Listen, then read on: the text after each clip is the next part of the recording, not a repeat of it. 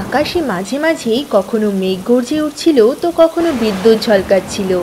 মুষলধারে বৃষ্টি পড়ছিল, আর তার মাঝেই এক গরিব পরিবার না খেয়েছিল। মা, আমার খুব খিদে পেয়েছে, ডাল ভাত বানিয়ে দাও না তাড়াতাড়ি। 5 বছরের চিন্টুকে খিদেই কষ্ট পেতে দেখে পদ্মা আর মীরার চোখ থেকে জল পড়তে থাকে। মীরা বৌমা, দেখো রান্নাঘরে দিনের 1-8টা রুটি বেঁচে আছে নাকি, তাহলে চিন্টু আর মুন্নিকে এনে দিয়ে যাও। বাচ্চা মানুষ খিদেই খুব কষ্ট পাচ্ছে, ওদের এনে দিয়ে যাও, খেয়ে নেবে, পেটটা একটু ভরবে। মা, যেই কয়টা রুটি বানিয়েছিলাম ওগুলো তো সকালেই কম পড়লো খেতে গিয়ে। রান্নাঘরে চালের একটি দানাও পড়ে নেই। এক মুঠো চাল থাকলেও রান্না করে দিতাম। একদিকে বর্ষার মরশুমের প্রকোপ ছিল, অন্যদিকে গরিব পরিবারের রান্নাঘরে খাবারের অভাব ফাঁকা ডিব্বেগুলোতে স্পষ্ট দেখা যাচ্ছিল। তখনই বৃষ্টিতে ভিজে ক্ষুধার্ত মুখ নিয়ে কিশোর বাড়িতে ফেরে। মা, ঠাম্মি দেখো, বাবা চলে এসেছে। বাবা বাবা, তুমি চাল ডাল কিছু আনোনি? আমার খুব খিদে পেয়েছে। আরে আরে আমার সোনা বাবা, কাঁদে না বাবা। এই নাও মীরা, ওপরওয়ালার কৃপায় আজ পুরো 200 টাকা দিনমজুরি করে পেয়েছি। এটা নিয়ে যাও, আর রতন চাঁদের দোকান থেকে চাল ডাল আরও যা লাগে নিয়ে এসো। আর কিছু টাকা ধার ছিল, সেটাও দিয়ে এসো।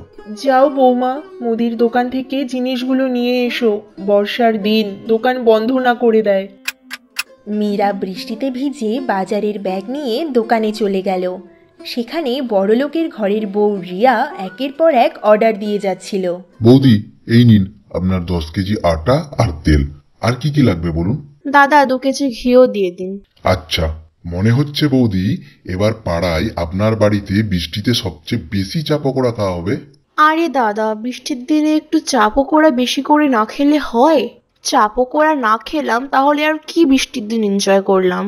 কিছু গরিব ভিখিরিগুলো তো বৃষ্টির দিনে শুকনো ডাল রুটি খেয়ে থাকে। রিয়া এই কথাগুলো তার সামনে দাঁড়ানো গরিব মীরাকে শুনিয়ে শুনিয়ে বলছিল। তখনই দোকানদার মীরাকে দেখে বিড়বিড় করে বলে, এসে গেছে ধারের জিনিস নিতে। বৌদি, আপনি তো নিশ্চয় জিনিস নেবার জন্য টাকা আনেননি, আর এখন দোকান বন্ধ করার সময় হয়ে গেছে। দোকান বন্ধ করার সময় ধার দেয়া যাবে না। দাদা, আজ ধারে জিনিস লাগবে না, আমি নগদ টাকা এনেছি। 2 কিলো আটা, 1/2 কিলো ডাল, 1/2 কিলো চাল দিয়ে দিন। এই বলে মীরা 200 টাকার নোটটি দোকানদারকে এগিয়ে দেয়। দোকানদার মীরার থেকে নোটটি নিয়ে তাকে বলে, আগের বার আপনার 150 টাকা বাকি ছিল, 50 টাকা বেঁচেছে, বলুন কি দেব। কি 50 টাকা মাত্র? ঠিক আছে, 1/2 কেজি আটা আর 200 গ্রাম চিনি দিয়ে দিন। একদিকে টাকার জোরে বড়লোকের বউ খাবারের জন্য ভরে ভরে জিনিস কিনে নিয়ে আসে, অন্যদিকে গরিবের বউটি ব্যাগে অল্প কিছু জিনিস নিয়ে ফিরে আসে। ঘরের ছাদ থেকে ফোঁটা ফোঁটা বৃষ্টির জল পড়ছিল। হাই উপরওয়ালা, রান্নাঘরের ছাদ টপকে বৃষ্টির জলে ঘর ভরে যাচ্ছে। তাড়াতাড়ি বাসন রেখে দেই, নইলে উনুন ভিজে গেলে খাবারটুকুও যে বানাতে পারবো না। পদ্মা বাসন এনে জলের নিচে রেখে দেয়। অন্যদিকে কিশোর, চিন্টু, মুন্নি আর কিশোরের বাবা খাবার তৈরি হবার অপেক্ষা করছিল।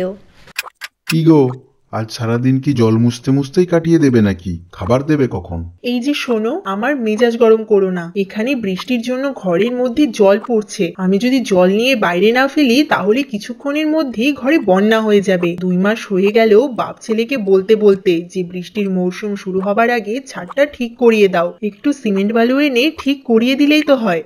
এখন বৃষ্টির মরশুমে জল চুইয়ে পড়ছে না। আরে, তোমার কি ঝগড়া ছাড়া আর কিছু আসে না নাকি?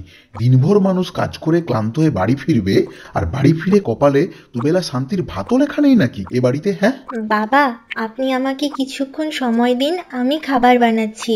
এ কি বৌমা, এইটুকু জিনিস এনেছো যে? এই দিয়ে তো দুবেলার খাবারও হবে না। মা, আজ দোকানদার 150 টাকা ধারে কেটে নিয়েছে। না জানি ভগবান আমাদের এই গরিবি কবে দূর করবে, যাতে আমরাও 2-4 মাসের খাবার মজুত করে রাখতে পারি। এক কাজ করো, এখান থেকে অর্ধেক আটা নিয়ে চিনি দিয়ে মিষ্টি রুটি বানিয়ে দাও। রাতের সময় সবাই একটা একটা করে খেয়ে ঘুমিয়ে পড়বো। কিছুক্ষণের মধ্যেই মীরা গুনে গুনে সবাইকে 2টো করে মিষ্টি রুটি বানিয়ে খেতে দেয়। বৌমা, দরজাটা পুরো খুলে দাও, রান্নার জন্য ঘর ধোয়ায় ভরে গেছে। মীরা যেই দরজা খোলে দেখতে পায় পাশের বাড়ির বড়লোক প্রতিবেশী নিজেদের পাকা বাড়ির সামনে বাগানে বসে ছাতা আর টেবিল পেতে ডিনার করছে। আজ আমার ফেভারিট কড়াই পনির আর নান বানানো হয়েছে। আজ তো আমি পেট ভরে খাবো। আর্য, আজ আমি তোমার ফেভারিট আরো অনেক কিছু বানিয়েছি। তোমার ফেভারিট পনির টিক্কাও রয়েছে, তাড়াতাড়ি খেয়ে নাও। বড়লোক বাড়ির সবাই খাচ্ছিল, ঠিক তখনই ডেলিভারি বয় কিছু ডেলিভারি দিতে চলে আসে। এই নিন ম্যাডাম, রিয়া মুখার্জি নামে চিকেন চিজ বার্গারের ডেলিভারি ছিল। ম্যাডাম, তাড়াতাড়ি টাকাটা দিয়ে দিন। দাদা, আপনি পুরো 10 মিনিট লেট করে এসেছেন, কিসের আপনাকে টাকা দেব? এতক্ষণে তো বার্গার পুরো ঠান্ডা হয়ে গেছে। ম্যাডাম, এমনটা করবেন না। আপনি টাকা না দিলে মালিক আমার স্যালারি থেকে কেটে নেবে। এই বৃষ্টিতে ভিজে ডেলিভারির কাজ করছি, বাড়িতে বউ বাচ্চা আছে। ডেলিভারি বয়কে এইভাবে বলতে শুনে গরিব পরিবারের বউ মীরা বলে, হে ভগবান, এরা কেমন মানুষ! এত টাকা দিয়েছে ভগবান, কিন্তু মনে এতটুকু দয়া নেই যে গরিবের টাকাটা দিয়ে দেবে। তখনই রিয়ার শ্বশুর ডেলিভারি ছেলেটিকে টাকা দেয়। বাবা, কত টাকা হয়েছে বলো? এই নাও 3000 টাকা। থ্যাংক ইউ কাকু, ভগবান আপনার মঙ্গল করুক। বার্গার দিয়ে ছেলেটি চলে যায়। তখনই তনিমা ঝগড়া করতে শুরু করে। আরে, তোমার ওই ছেলেটিকে 3000 টাকা দিয়ে আর কি হলো? হ্যাঁ, বার্গার তো শুধু 2000 টাকা ছিল। আরে তনিমা, কখনো তো গরিব মানুষের জন্য মনটা বড় রাখো। ভগবানের দয়ায় আমাদের সবকিছু আছে। তুমি কি জানবে একবেলা খাবার জোগাড় করার জন্য মানুষ কত কষ্ট করে। তোমরা দুই শাশুড়ি বৌমা তো ঘরে বসে সব পেয়ে যাও। এখন চুপচাপ খাবার খাও। বৃষ্টির মৌসুমে যেখানে বড়লোক পরিবার নানা রকম খাবার খায়, অন্যদিকে গরিব পরিবার শুধু রুটি খেয়ে ঘুমিয়ে যায়। এইভাবেই 2-4 দিন কেটে যায়। একদিন সকালে গরিব বউটি মাটি দিয়ে নিজেদের কাঁচা ঘরটিকে ঠিক করছিল। মাটি দেওয়ার ফলে ঘরের মেঝেটা সমতল হয়ে গেল। কিন্তু বৌমা, এই বৃষ্টির মৌসুমে এই মাটি কতদিন থাকবে? যখনই জোরে বৃষ্টি হবে এই মাটি বয়ে যাবে। জানি মা, কিন্তু আপাতত ঘরটাকে ঠিক করার আর তো কোনো উপায়ও নেই। শাশুড়ি বৌমা ঘর থেকে বাইরে আসে। বাইরে বেরিয়ে তারা দেখতে পায় প্রতিবেশী তনিমা তাদের বাড়িতে রং করার কাজ করাচ্ছে।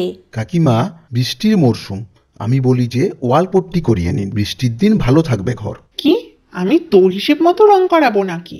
আমার বৌমার যেটা ভালো লাগবে সেটাই করাবো। বলো রিয়া বৌমা, কোন কালারটা করাবো? মামনি, বৃষ্টির মৌসুম, এই সময় ওশান স্কাই ব্লু কালারটা বাইরের দেওয়ালে খুব ভালো মানাবে। আর ভিতরের ঘরের দেওয়ালেও অনেক ফাটল হয়েছে, তো ইন্টেরিয়রের কিছু কাজ করাবো। যেমন তোমার ভালো লাগে। না জানি আমাদের প্রতিবেশীদের কাছে কত টাকা আছে। গরমকালে, শীতকালে, বর্ষাকালে 3 সময়েই বাড়িঘর রং করাবে। বৌমা, ভগবান এই বড়লোকদের কাছে এত এত টাকা দিয়েছে, সেই জন্যই ওড়াচ্ছে।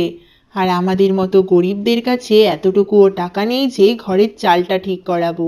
এইভাবেই কিছুদিন কেটে যায়। বৃষ্টি আরও বাড়তে থাকে। মা, আমার খুব খিদে পেয়েছে। তুমি সকালে আজ খাবার কেন বানাওনি? মীরা পদ্মার দিকে তাকিয়ে মন খারাপ করে বলে, কোথা থেকে খাবার আনবো মা? এই ছোট বাচ্চাগুলোকে কিভাবে বোঝাবো আমাদের পরিবার কতটা খারাপ পরিস্থিতির মধ্যে দিয়ে যাচ্ছে, যে দুবেলা খাবারটাও জোগাড় করতে পারছি না। এইভাবেই কিছুদিন কেটে যায়। রোজ রোজ বৃষ্টির জন্য কিশোর আর তার বাবা বাইরে যেতেও পারে না কাজের জন্য। তখনই পাশের বাড়ির তনিমা তাদের বাড়িতে আসে। মীরা, বলছি যে আমাদের কাজের মেয়েটা আসেনি, তুমি কি আমার বাড়িতে রান্না করে দেবে? আমি মাসে 3000 টাকা করে দেব। হ্যাঁ কাকিমা, আমি অবশ্যই করব। আমাদের অবস্থা এখন ভালো যাচ্ছে না, আমি অবশ্যই করব। ঠিক আছে ঠিক আছে, পরিষ্কার করে স্নান করে আসবে। তনিমা ঘৃণা ভরা চোখে মীরাকে বলল। এরপর থেকে মীরা সবার জন্য স্নান করে রোজ খাবার বানিয়ে দেয়। হে ভগবান, এমন পাকা বাড়ি আমাদের যে কবে হবে? তাহলে আমার পরিবারকে বৃষ্টির মার সইতে হবে না, আমরাও রাতে আরামে ঘুমোতে পারবো। আরে ওই মীরা, কি ভাবছিস? বাড়ি দেখা হয়ে গেলে কাজ কর এবার। না দিদি, কিছু না, বলো কি রান্না করব? ফ্রিজে দুধ আছে, চা বানা, সাথে সিঙ্গারা, পকোড়া আর চিকেন টিক্কা বানা। আমরা চায়ের সাথে স্ন্যাক্স খাই। আচ্ছা দিদি। এইভাবেই গরিব বউ বড়লোকের বাড়িতে সবাইকে নানা ধরনের খাবার বানিয়ে খাওয়া। কিছুদিনের মধ্যেই কিশোরের চাকরি হয়ে যায় একটি আনাজের গোদামে। মীরা, তোমাকে এখন আর ওনাদের বাড়িতে কাজ করতে হবে না। আমার চাকরি হয়ে গেছে, মাসে 12,000 টাকা বেতন। আমাদের পরিবারের খরচা সহজেই হয়ে যাবে, আর এই মাসের মধ্যেই আমি বাড়ির চালটাও ঠিক করিয়ে নেব। কিছুদিনের মধ্যে অগ্রিম টাকা নিয়ে কিশোর তাদের চাল ঠিক করিয়ে নেয়। আর এইদিকে একটানা বৃষ্টির ফলে রিয়াদের ঘরের দেওয়ালেও ফাটল ধরতে শুরু করে। আরে রিয়া, এটা তুমি কি ইন্টেরিয়ারের কাজ করেছো? হ্যাঁ, এত লাখ টাকা লাগলো আর 1 মাসের মধ্যেই ফাটল ধরে গেছে। আরে মামনি, আমি কিভাবে বুঝবো লোকটা অর্ধেক কাজ করে চলে যাবে? তখনই হঠাৎ ঘূর্ণিঝড় শুরু হয়, যার কারণে তাদের ঘর গোড়া থেকে হেলতে শুরু করে। মা, মনে হয় ভূমিকম্প হচ্ছে, ভয় লাগছে আমার। ভয় পাস না মাম্মা, আমি আছি তো। রাহুল, কিছু করো। মনে হচ্ছে ঘর ভেঙে পড়বে, তাড়াতাড়ি বের হও। যেই তারা বাইরে আসে অমনি তাদের চোখের সামনে তাদের 2 তলা পাকা বাড়ি তাসের ঘরের মতো ভেঙে পড়ে, আর সবাই বৃষ্টিতে ভিজতে থাকে। হাচ্ছি, পাপা, আমার খুব ঠান্ডা লাগছে। বৃষ্টিতে দাঁড়িয়ে থাকলে আমাদের ঠান্ডা লেগে যাবে, চলো আমাদের পাশের বাড়িতে যাই। কাকিমা, দরজা খুলুন, আমরা বিপদে পড়েছি। মীরা দরজা খুলে দেখে তাদের প্রতিবেশীর পুরো পরিবার বৃষ্টিতে ভিজে যাচ্ছে। আরে দিদি, আপনারা এখানে এত রাতে? কাকিমা, আমাদের ঘর ভেঙে গেছে, এত রাতে কোথায় যাব বুঝতে পারছি না, তাই এখানে এলাম। বাইরে ঝড় বৃষ্টি হচ্ছে। আরে রিয়া বৌমা, চিন্তা করো না, বিপদের সময় একজন প্রতিবেশী তো প্রতিবেশীর সাহায্য করবে। আমাদের ক্ষমা করে দাও বোন, অনেক বাজে কথা বলেছি। ওসব পুরনো কথা ছাড়ো, আসো ভেতরে আসো। মীরা বৌমা, ওনাদের জন্য বিছানা করে দাও। আমাদের ক্ষমা করে দাও, আমরা বুঝতে পেরেছি খিদে পেলেই শুকনো রুটিও অমৃত লাগে, আর টাকা থাকলেও সব সময় সময় মতো সব জিনিস পাওয়া যায় না। জীবনে কখন কাকে দরকার পড়বে কেউ বলতে পারে না, তাই কারোর সাথে বাজে ব্যবহার করা উচিত না। যা হয়েছে ভুলে যাও দিদি।